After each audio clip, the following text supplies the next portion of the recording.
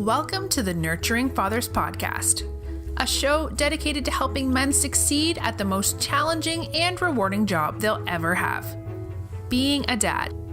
Your hosts are Mark Perlman, the creator and founder of the Nurturing Fathers program, and his son, Corey Perlman, who facilitates the program at the Atlanta Federal Penitentiary and is also a father of 2 young children.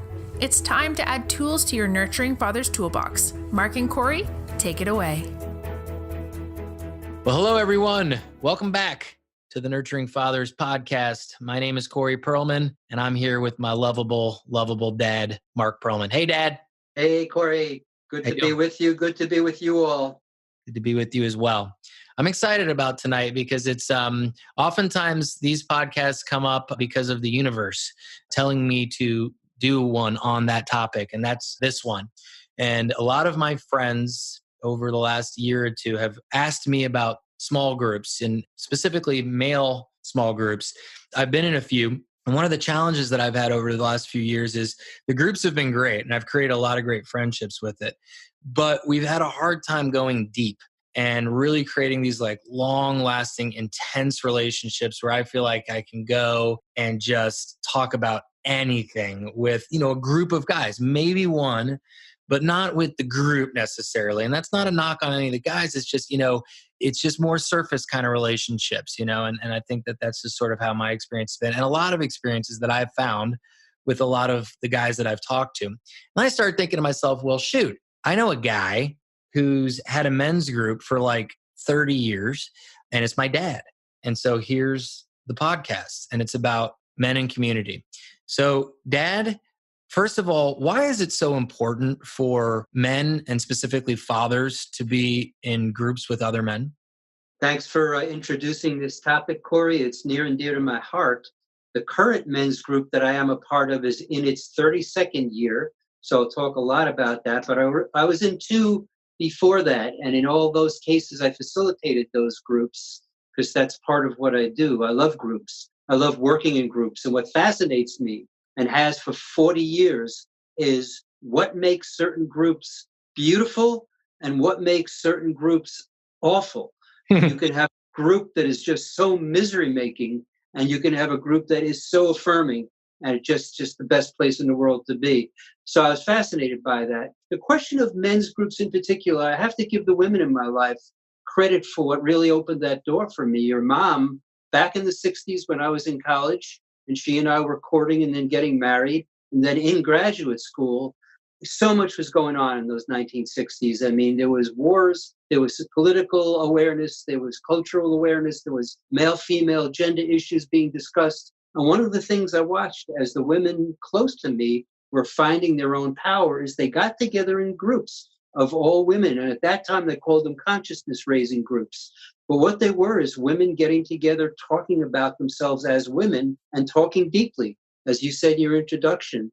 And I watched that and was curious. At first, I was threatened by it and suspicious. Well, probably talking about me or us. And that was a purely egocentric, weird way of thinking about it. So I asked them, what do you discuss and how does it work?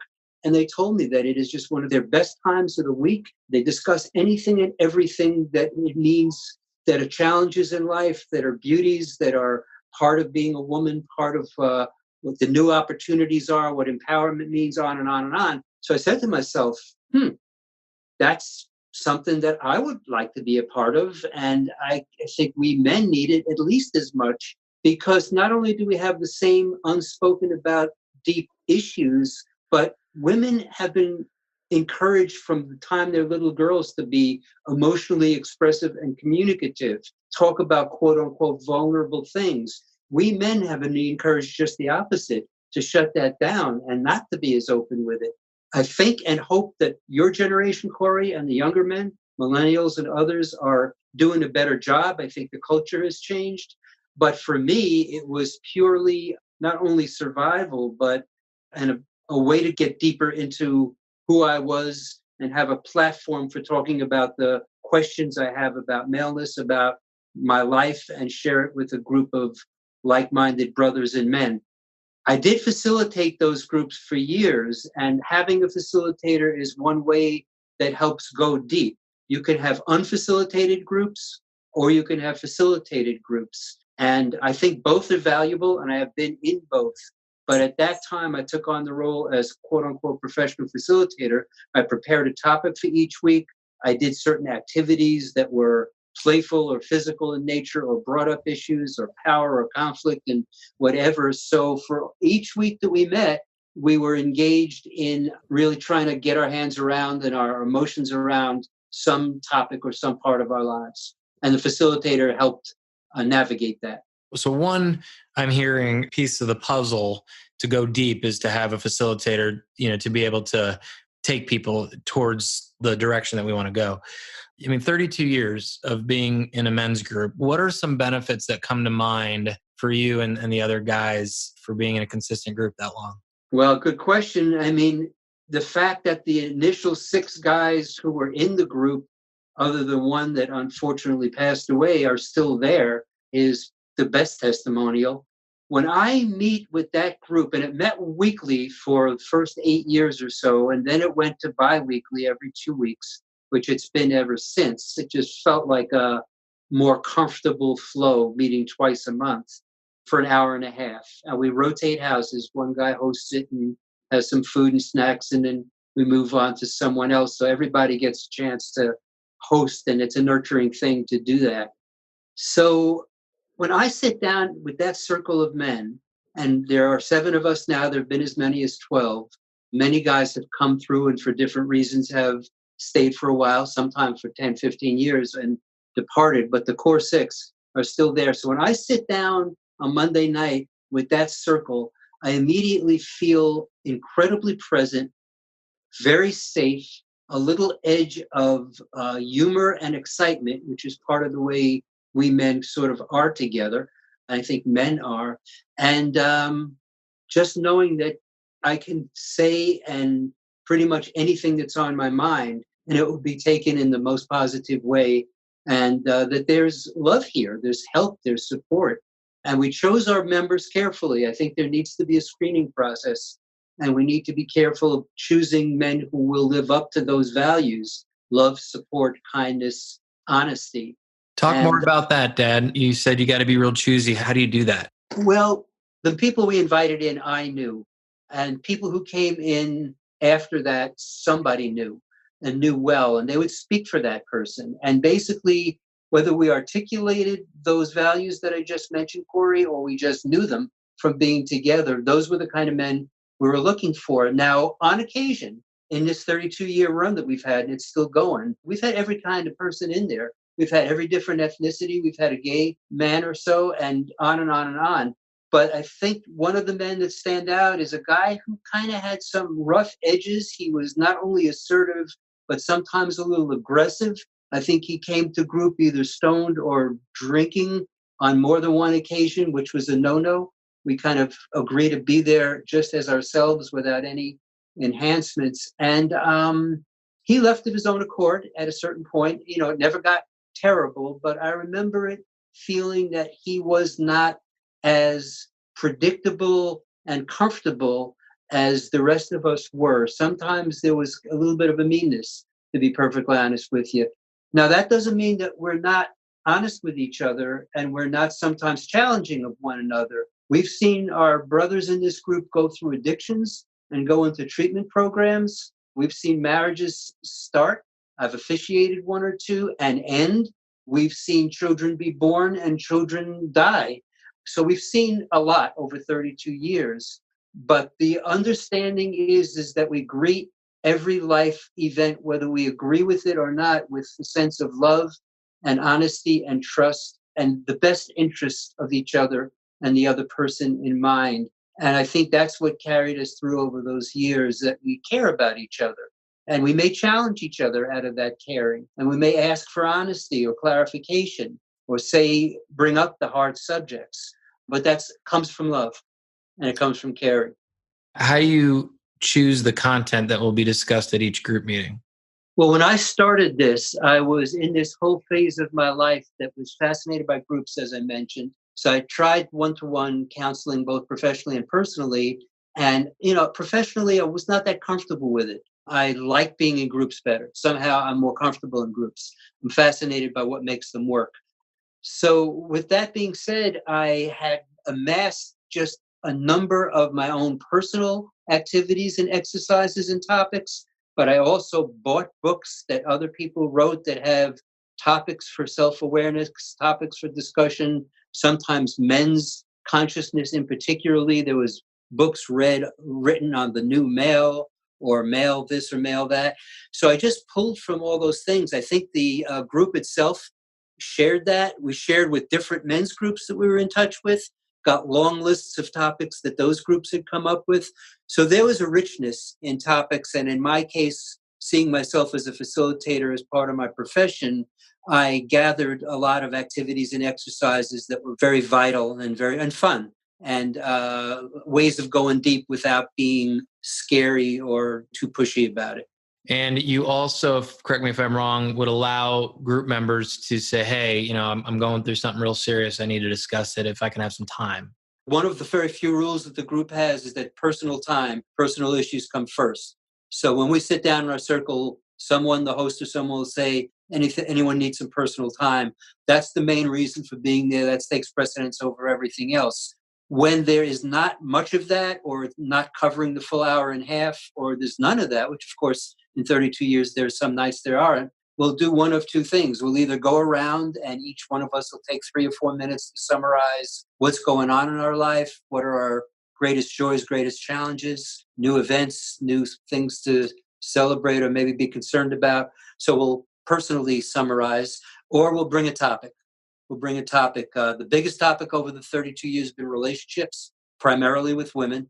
It's amazing how much time can be spent on that and yet still never quite have the whole agenda laid out. But we looked at issues like, we used to go in 12-week cycles, and one 12-week cycle was fathers. Who were our fathers? And each guy brought in his father, his pictures, his memories, his descriptions, his reminiscences. And we spent that night on getting involved with what his relationship with his father was. We had a whole 12-week cycle on mothers. Fascinating. I actually sat down, and part of our homework, quote unquote, was to interview our mothers, either by phone or in person, and ask them a series of questions about their lives, about our relationship, their relationship with their husband, so on and so forth. So it was fascinating. Never ran out of things to talk about. Do you have materials or like a curriculum of any kind that you've put together over the years, like for a startup of a men's small group? I don't in that organized a way. I have a ton of notes from those early days. I do have a master list of topics which could be very useful to a men's group. So a group like yours, Corey, if you don't have a facilitator, and many don't, if you have these topics and whoever hosts can choose the topic, or the group themselves can choose the topic, it's great. And those topics then lead to other topics, so it just kind of gets the ball rolling. But they must be 50 or 100 topics on that list. Was very rich. And I'd be willing to send them to whoever felt they could benefit from that. Let me ask you a question about outcomes.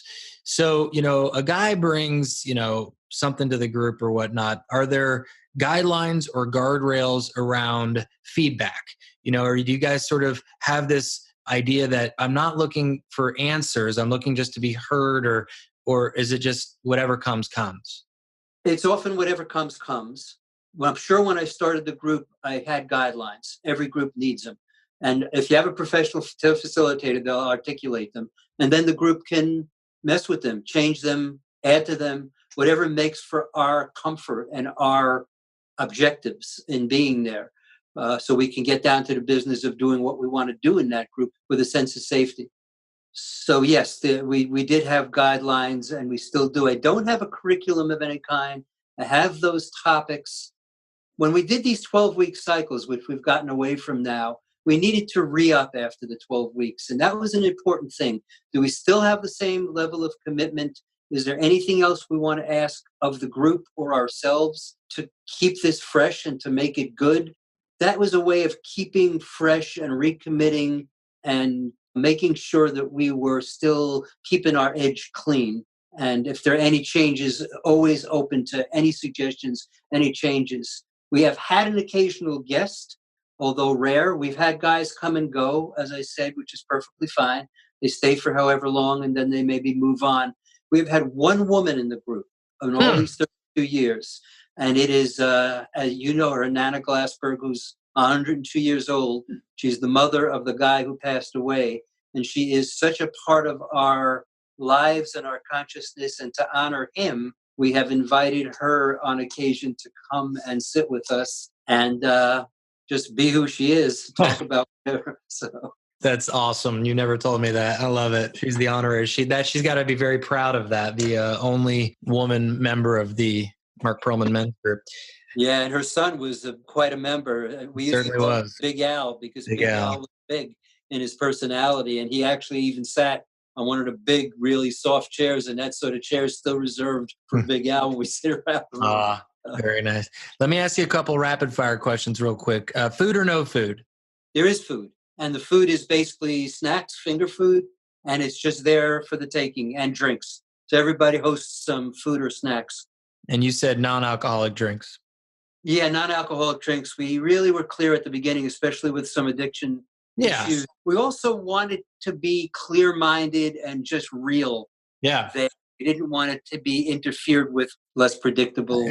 Yeah, I think it in some ways probably goes without saying that nowadays, I think, but Yeah. it's probably And worth saying. we had to call a member out on occasion for possibly being drunk. And, you know, you do it in the nicest possible way. But if it's a facilitator, that would be my role. But even if it's not, I facilitated for 8 years, and then for the duration, it's non-facilitated.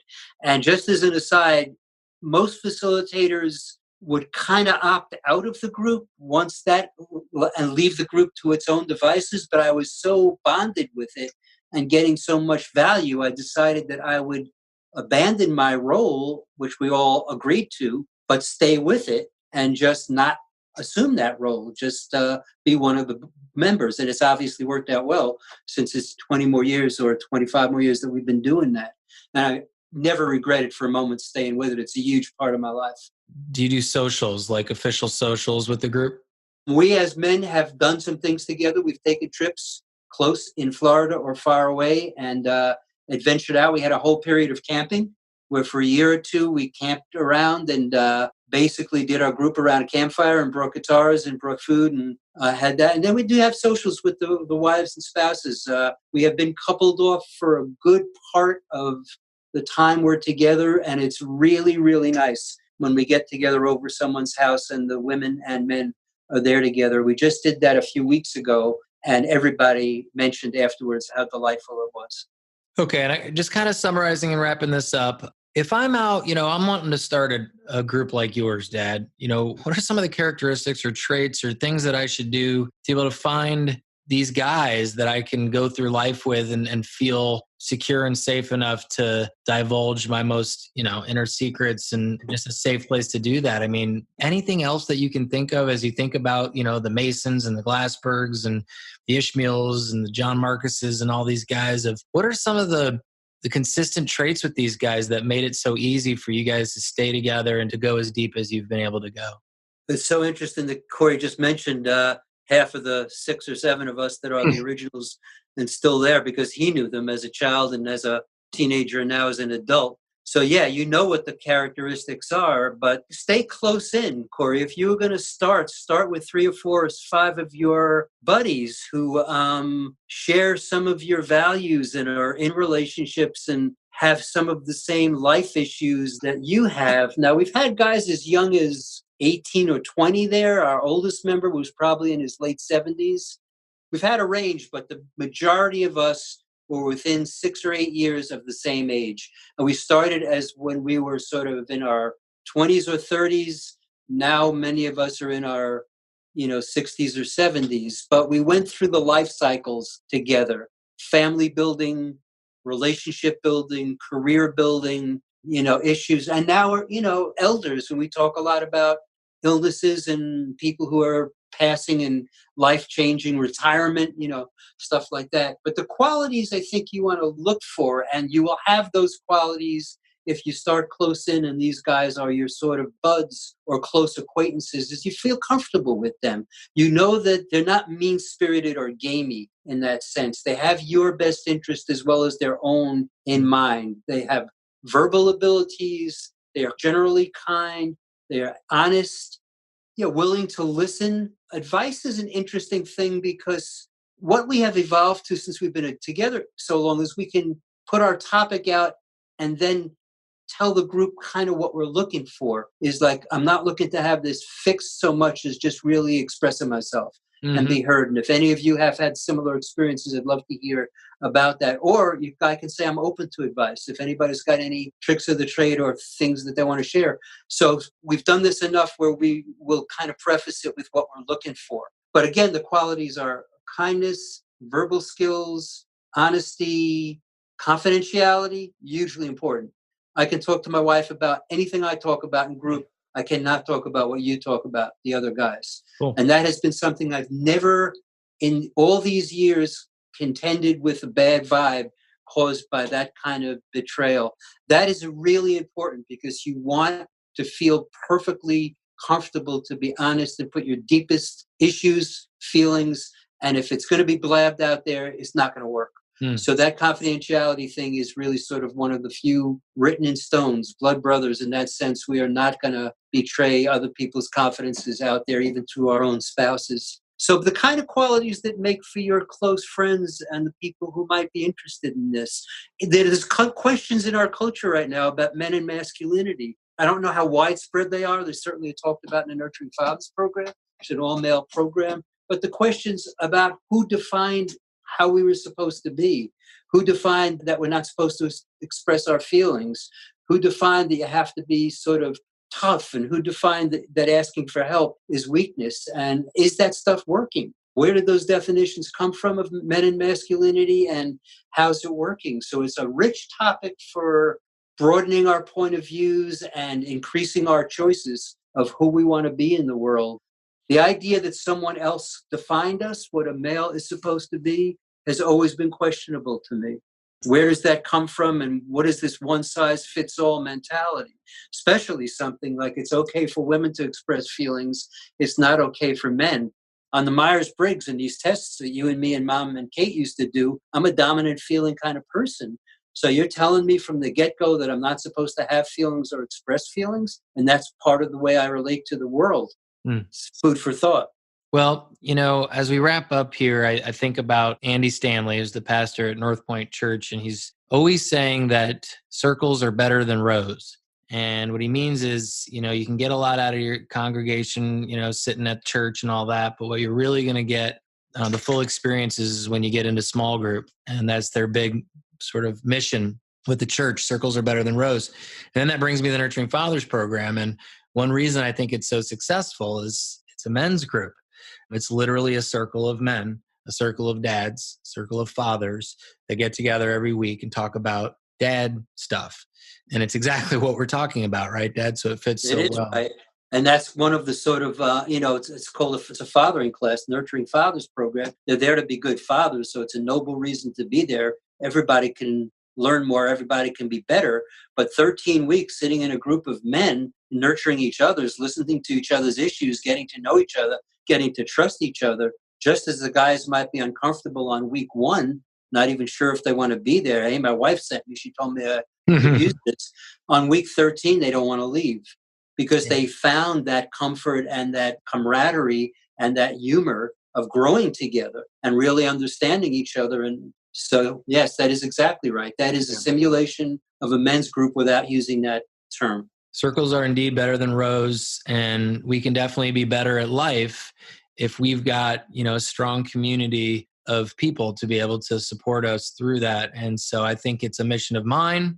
It's a mission of, I think, a lot of people listening to find their small group that they can go through life with and emulate the 32 years that your men's group has had, and hopefully 32 more, Dad. Yeah, just one more on a high note too, Corey. As we get married as you have and have children as you have, and I've been long past that, there's a tendency sometimes to sort of have more female contact, especially spouse and whatever. And some guys lose contact with their male buddies or don't spend that much time. I think you do a really good job, Corey, of retaining that. But I felt during that time that I did not want to lose touch with my male friends. And there were different ways we could do that. But that men's group was one way to make sure that I had that intimate, meaningful time with male buddies. I did not want to lose that as part of my life. Very well said. Well, thank you, Dad. I really wanted to kind of pick your brain because I can't think of a group that's been more successful and going deep and sticking with each other through the good, the bad, and the ugly, so to speak, as your group has. So thanks for allowing us in. My pleasure. I'm very happy to do it. And if any of the guys out there wanted the benefit of that list of topics, or even to talk about starting or being part of a men's group, I would love to support that. Yeah, I will definitely get those in the show notes, as well as on the Nurturing Fathers Facebook page as well when we put those up. So thank you, Dad. I appreciate it. And we'll see. Thanks, everyone, for listening. And please do drop by iTunes, wherever you're listening, and shoot us a quick review, or at least 5 stars. We'd certainly appreciate it. And give us a comment on the Nurturing Fathers Facebook page, which is facebook.com/nurturingfathers. And you can also email us at nurturingfathers@gmail.com. And with that, we'll see you next time. Thanks, Dad, and thanks, everyone. Take care. Thanks for listening to the Nurturing Fathers podcast. Have questions or comments? Join the conversation at facebook.com/nurturingfathers or email us at nurturingfathers@gmail.com.